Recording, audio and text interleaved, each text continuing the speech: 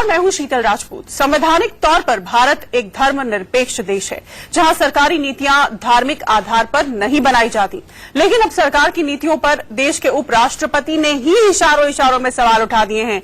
उपराष्ट्रपति हामिद अंसारी का कहना है कि देश के मुसलमानों के सामने पहचान, सुरक्षा और शिक्षा की समस्या बरकरार है। मुसलमानों को सरकार और सिस्टम में पर्याप्त हिस्सेदारी नहीं मिल रही। उन्होंने सरकार को नसीहत दी है कि सबका साथ सबका विकास की तर्ज पर मुसलमानों के साथ भेदभाव खत्म करना चाहिए। अब ये सवाल बीच बहस में है कि क्या वाकई भारत में मुसलमानों की पहचान और सुरक्षा खतरे में है, और अगर हां तो फिर इसके लिए जिम्मेदार कौन है।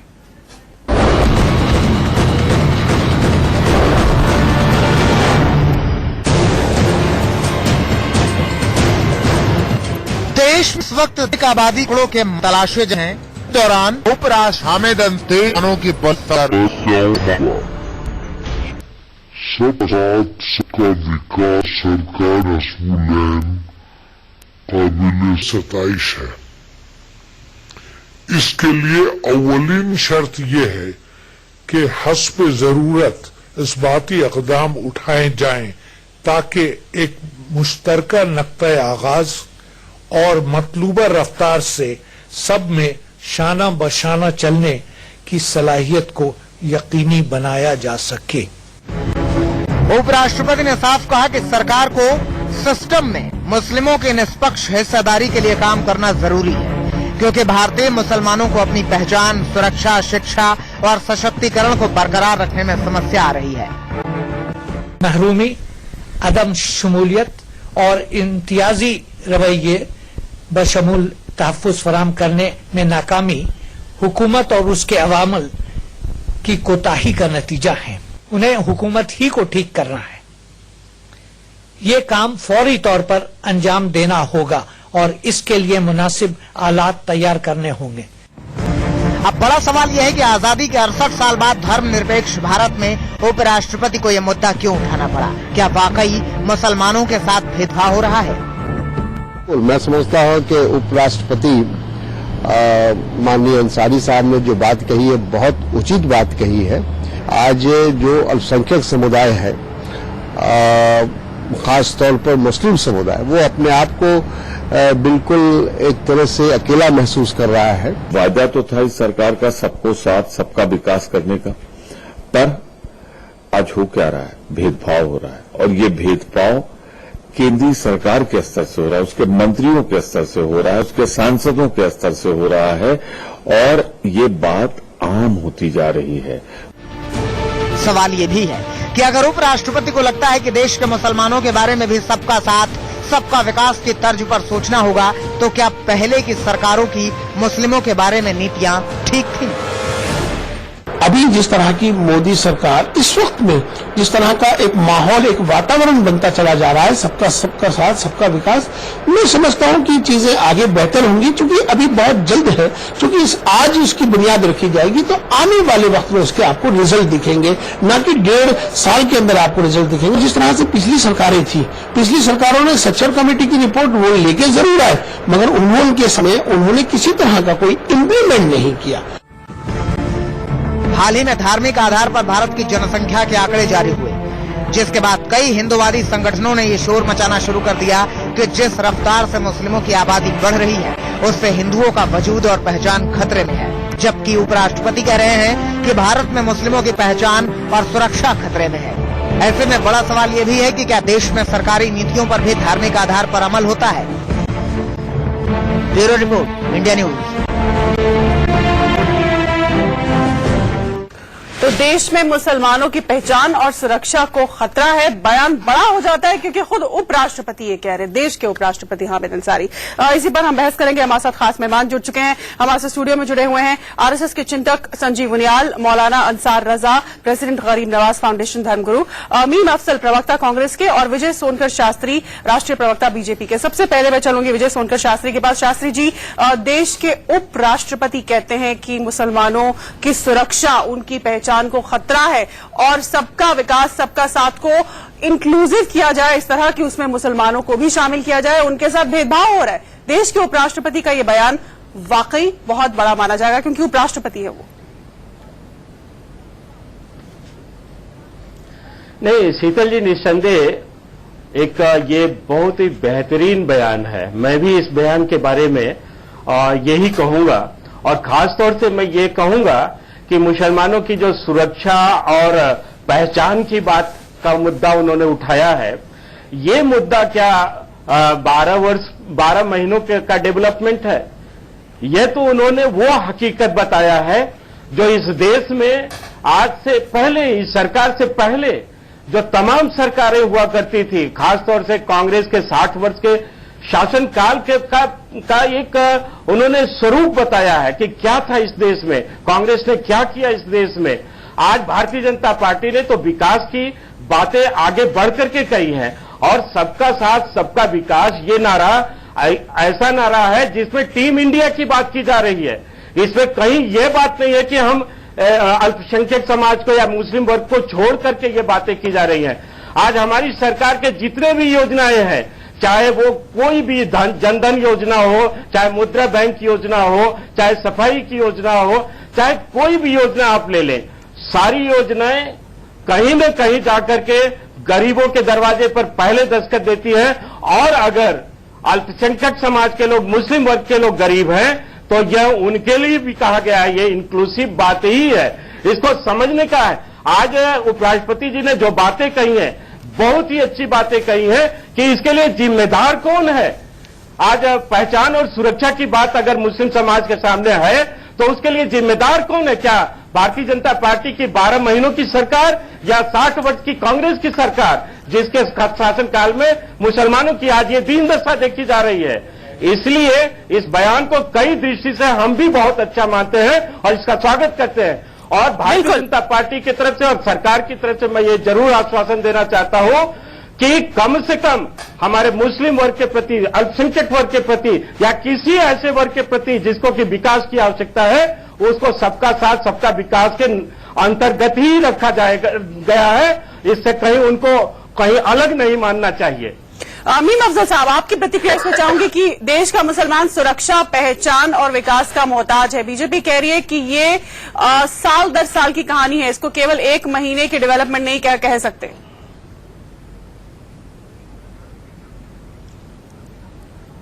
देखिए, सबसे पहले तो मैं ये कहूंगा कि उपराष्ट्रपति जी ने जो पूरी तकरीर की है वो उर्दू जबान में की है, और वो मेरे पास पूरी की पूरी मौजूद है। मैं ये कहूंगा कि इतनी अच्छी, इतनी जामे, जिसने तमाम मुस्लिम कम्युनिटी की प्रॉब्लम्स का भी अहाता किया है, और उसमें 2 बातें उन्होंने शामिल की हैं। एक तो उन्होंने इंटरनली यानी मुस्लिम कम्युनिटी को कुछ मशवरे दिए हैं कि उन्हें क्या करना चाहिए। वो उसका मैं समझता हूं 75% से ज्यादा उसका पार्ट उसके ऊपर मुहित है, चूंकि वो एक मुशावरत नाम की हमारी जो एक तंजीम है जो तमाम Muslim organisation, social organisation, religious organisation को मिलाकर के बनाई गई है, उसके जलसे में गए थे। तो जाहिर है कि उनका जो मशवरा था वो सबसे पहले अपनी मुस्लिम कम्युनिटी को था, और उन्होंने 4 बिंदुओं पर कहा कि 4 प्रॉब्लम्स हैं जिनको आप फेस कर रहे हैं 1947 के बाद से अब तक। इसमें बहुत सारी चीजें तरक्की हुई है, लेकिन कुछ चीजें ऐसी हैं जिस पर सवाल उन्होंने उठाए हैं, यानी उन्होंने बताया ये प्रॉब्लम्स हैं। वो 4 प्रॉब्लम्स क्या हैं? Identity and security, education and employment, equitable share in government schemes, fair participation in taking decisions. यानी ये 4 चीजें उन्होंने बताई हैं कि ये चीजें हैं। अब उन्होंने आगे बढ़कर के कहा है कि जो ये सारी चीजें जो हैं, जैसे सिविल राइट्स हैं ये बुनियादी तौर पर, और इसी तरह जैसे तमाम शहरियों के सिविल राइट्स हैं, इसी तरह मुसलमानों के भी सिविल राइट्स यही हैं। उसको आगे चल करके उन्होंने कहा है सबका साथ, आपने खुद उसकी क्लिपिंग भी दिखाई है जी। सबका साथ सबका विकास का सरकारी टारगेट काबिल सताइश है, यानी तारीफ के काबिल है। इसके लिए शर्त यह है कि हमें जरूरत मस्बत इकदाम उठाए जाएं, यानी पॉजिटिव डायरेक्शन में उठाए जाएं, आगे उठाए, ताकि मुश्तरा मतलूबा जो अट्टा है उसमें हम सबके साथ चलने की सलाहियत को यकीन आ सके। यानी सरकार तरफ से कि सभी सलाहियों सामने करके और बशाना कंधे न मिलाकर सब लोग बड़ा चल सके। ये मैं नहीं कहूँ किसी भी की तरफ पिछली बार जो मुस्लिम इसका अध्ययन कर सकें यहाँ नहीं होता। जी तकरीबन प्रॉब्लम जो उन्होंने अपने अंदर रखी। ठीक है, मैं साथ साथ एक बात और कहना चाहता हूँ, 1 मिनट लगता है। उन्होंने ये भी कहा मुस्लिम कम्युनिटी अपने बहुत सारी तब्दीली, बहुत काम की जरूरत है, उसकी भी एक लंबी तफसील आई है। इसलिए समझता हूँ न पिछली सालों के ऊपर उन्होंने कुछ कहा है न मौजूदा सरकार पे। वो एक जनरल उन्होंने की तकरीर थी और जाहिर है कि वो वाइस प्रेसिडेंट हैं, उन्होंने एक मुस्लिम कम्युनिटी के बड़े फंक्शन में शिरकत की है, तो उनका पहला मशवरा मुसलमानों के लिए है और उसके साथ साथ सरकार से उन्हें क्या लेना चाहिए इसकी कोशिश करना। ठीक है। और सरकार को भी इसका किस तरह से ख्याल रखना है ये भी उन्होंने बताने की कोशिश की। साहब, मैं विजय शास्त्री जी आपके पास बाद में आती हूँ, लेकिन मौलाना अंसार रजा के पास आऊंगी आपके पास। एक मिनट और भी मेहमान है आपके पास आती हूँ। मौलाना अंसार रजा हमारे साथ जुड़े। मौलाना साहब, ये 2 राजनीतिक व्यू थे। उपराष्ट्रपति के भाषण में जो शब्द उन्होंने इस्तेमाल किए हैं कि देश का मुसलमान पहचान, सुरक्षा, विकास का मोहताज है, उनकी इन शब्दों पर एक आम मुसलमान के नाते आप क्या कहना चाहेंगे? ये तो राजनीतिक व्यू था। देखिए, 2 लोगों को मैंने सुना, शास्त्री जी को भी सुना, अफजल साहब को भी सुना। अफजल साहब बहुत काबिल पत्रकार स्पीकर हैं, बोलने में माहिर हैं, बहुत सारी बात उन्होंने कही। मैं एक बात नहीं समझ पा रहा हूं कि हामिद अंसारी साहब ने ये बात मजलिसे मुशावरत की मीटिंग में ही क्यों कही और इसी सरकार के बीच में क्यों कही। इससे पहले भी वो उपराष्ट्रपति थे, उस वक्त कभी उन्होंने ये बात नहीं कही। ये बात कैसे बीच में आई कि 12 महीने 15 महीने की नई सरकार आई हुई है, ये सवाल उपराष्ट्रपति को उठाना पड़ रहा है। उन्होंने जो बातें कही हैं उसका ट्रांसलेशन उर्दू में करके, अंग्रेजी में करके मीम अफजल साहब ने बता दिया। हमारे कहने का मतलब ये कि इस बीच में हामिद अंसारी साहब का कहना कि इस सरकार के बीच में क्यों ये बात उपराष्ट्रपति साहब ने ये बात कही है, इस पर हमें गौर करने की जरूरत है। रहा सवाल मुसलमानों की पहचान का, तो मुसलमानों की पहचान ना तो हामिद अंसारी साहब की मोहताज है, ना नरेंद्र मोदी साहब की मोहताज है। हिंदुस्तान की मुसलमानों की पहचान अपने दीन से है, अपने मजहब से, अपने मुल्क से है, अपने मुल्क से है, अपने भारत से है। और हिंदुस्तान का मुसलमान, उसके साथ चाहे जितनी नाइंसाफी 65 साल से होती चली आ रही है, तो मुसलमान करता क्या? जहां तक जा सकता था वहां तक गया, वहां से वापस चला आया। नहीं, लेकिन मेरा सवाल ये है मौलाना साहब, मेरे मन में जो एक क्यूरियोसिटी है वो ये है कि देश के उपराष्ट्रपति मुसलमान हैं, हमारे पूर्व राष्ट्रपति मुसलमान थे, तो मैं ये जानना चाहती हूँ कि किस कदर आप अपने आप को उपेक्षित महसूस करते हैं जो ये दर्द उपराष्ट्रपति के मुंह से निकला। उपराष्ट्रपति के मुंह से हमने, देश के आप उपराष्ट्रपति की, शीतल जी आप उपराष्ट्रपति की बात कर रही हैं, मैं राष्ट्रपति की बात करता हूँ। राष्ट्रपति ने एक बहुत बड़ी बात कही, जो भूतपूर्व राष्ट्रपति की आपने जो तस्करा किया है, उन्होंने एक बात कही है कि सपने वो नहीं है जो सोने के बाद देखे जाएं, सपने वो है जो तुम्हें सोने ना दे, जो सोने ना दे। तो हमारा नजरिया वहां है। वो भी नजरिया है। हाँ, आप उपराष्ट्रपति को का नजरिया, हमने उपराष्ट्रपति हामिद अंसारी को मुसलमान की नजर से नहीं, हिंदुस्तान के उपराष्ट्रपति की नजर से सुना है कि उन्होंने क्या बोला है। इससे पहले क्यों? लेकिन वो बोले मुसलमानों के परिप्रेक्ष्य। मसला तो यही है ना कि वहां जाने के बाद उन्होंने जो बोला है, तो फिर इतने साल के बाद वो क्यों बोले? बिल्कुल। संजीव उनियाल जी, आपका पक्ष। जी, अभी मैंने 3-4 विचारकों को सुना। मेरे विचार से हमारे सम्माननीय हैं, उपराष्ट्रपति हैं हमारे देश के, उनको मुझे लगता है कि शायद ये प्लेटफॉर्म ठीक नहीं था जिस पर कि कॉन्स्टिट्यूशनल बात की जाए, अनकॉन्स्टिट्यूशनल बात को टच करते हुए, क्योंकि जाति के आधार पर यह बिल्कुल प्रिवेलिंग ट्रूथ है कि आप कर सकते हैं रिजर्वेशंस, पर धर्म के आधार पर यह कॉन्स्टिट्यूशन अलाउ नहीं करता। तो एक संवैधानिक पद पर, वो भी बहुत गरिमामय पद पर आप रहते हुए इस तरह की बात आपने की, तो एक प्रश्न चिन्ह है। बाकी आपने, क्योंकि मैंने पूरा नहीं सुना, पर उसमें जैसा नीम अफजल साहब ने बताया कि 75%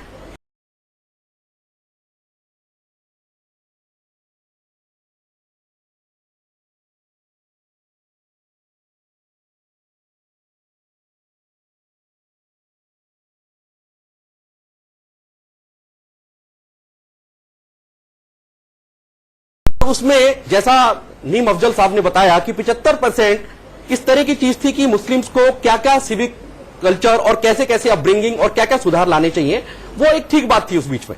परंतु उसमें एक कॉन्स्टिट्यूशनल बात, ये एक बहुत बड़ा प्रश्न चिन्ह था, क्योंकि अगर हम इस तरह से लगातार अनडिजर्विंग लोगों को रिजर्वेशन देकर आगे बढ़ाते रहेंगे तो ये देश जिस गति से बढ़ रहा है उस गति से रुक जाएगा। और मुस्लिम समाज, जो कि मोदी जी की सोच है, मुझे ऐसा लगता है कि मेन स्ट्रीम में लाना, उस सोच पर असर पड़ेगा और ओवरऑल डेवलपमेंट एक पर्टिकुलर जाति का रुक जाएगा। ठीक है, विजय सोनकर शास्त्री, आप कहना चाह रहे थे कुछ, आपके पास आती हूं मैं। नहीं, बस मैं इतना कहना चाहता था कि हमारे देश में अभी 70 वर्षों तक तो केवल यही हुआ कि मुस्लिम वर्ग को भय दिखला करके और अपना उल्लू सीधा किया जाता रहा है, चाहे वो कांग्रेस पार्टी रही हो, चाहे कोई भी पार्टी। लेकिन सही मायने में देखा जाए तो उनके विकास की बात अगर किसी ने किया है तो जी, क्यों आप लोग ऐसा महसूस करते हैं कि भारत का मुसलमान डरा हुआ है? सबका विकास, क्यों ये बात क्यों नहीं आप लोगों के दिमाग से बाहर निकलती है कि मुसलमान डरा हुआ है? नहीं, देखिए, हम वो बात नहीं करें। फिर ये कैसे आपने कैसे नहीं, डरा हुआ है बात? आप देखिए ना शास्त्री जी, हिंदुस्तान का नहीं, दुनिया का मुसलमान खुदा के अलावा किसी से नहीं डरता। भारतीय जनता पार्टी का भय दिखलाया जाता है। कोई भय नहीं है, मैं भाई भय होता तो बोल नहीं देता मुसलमान है। लेकिन इस धरती पर जो तथाकथित तमाम भगवान है, खुदा है, उन लोगों ने तो मुस्लिम वर्ग को बहुत अच्छा भयभीत कर करके रखा है।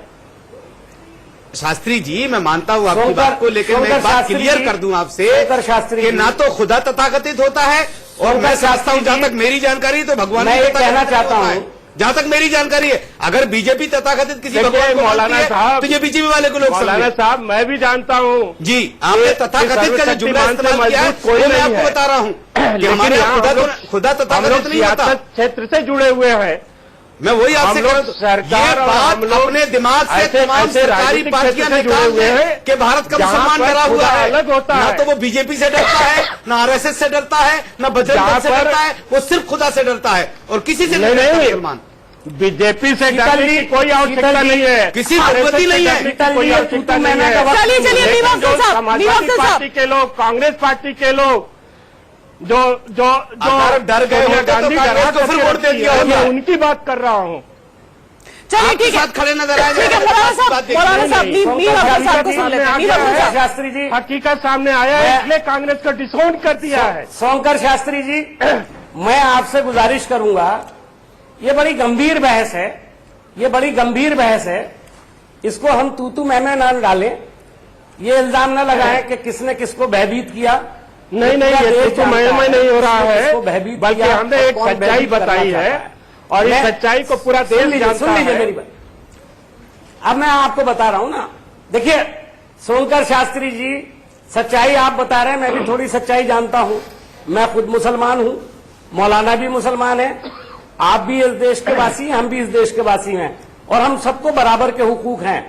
कोई किसी को भयभीत नहीं कर सकता। राजनीतिक क्षेत्र में होकर के आप अपने को मुसलमान मान रहे हैं, यही सबसे बड़ा दुर्भाग्य है। कोई पार्टी, सुन लीजिए मेरी बात, पहले मेरी बात सुन लीजिए। क्षेत्र में अगर आप ना तो मैं आपको बता दूं, में आपको नहीं बांटना चाहिए, ना तो मैं इस आपके इस थ्योरी से सहमत नहीं हूँ कि मैं हिंदू और मैं मुसलमान हूँ। अगर हम राजनीतिक क्षेत्र में हैं, हम राजनेता हैं, तो हमारे साथ सब कुछ है, हमारे देश की जनता है। आपसे क्यों बात कह रहा हूँ? हम अगर मुसलमान बन जाते हैं तो वहीं पर हम अलग हो जाते हैं, अगर हम हिंदू बन जाते हैं तो वहीं हम अलग हो जाते हैं। पार्टी के अंदर मशवरा दिया कीजिए ये वाला।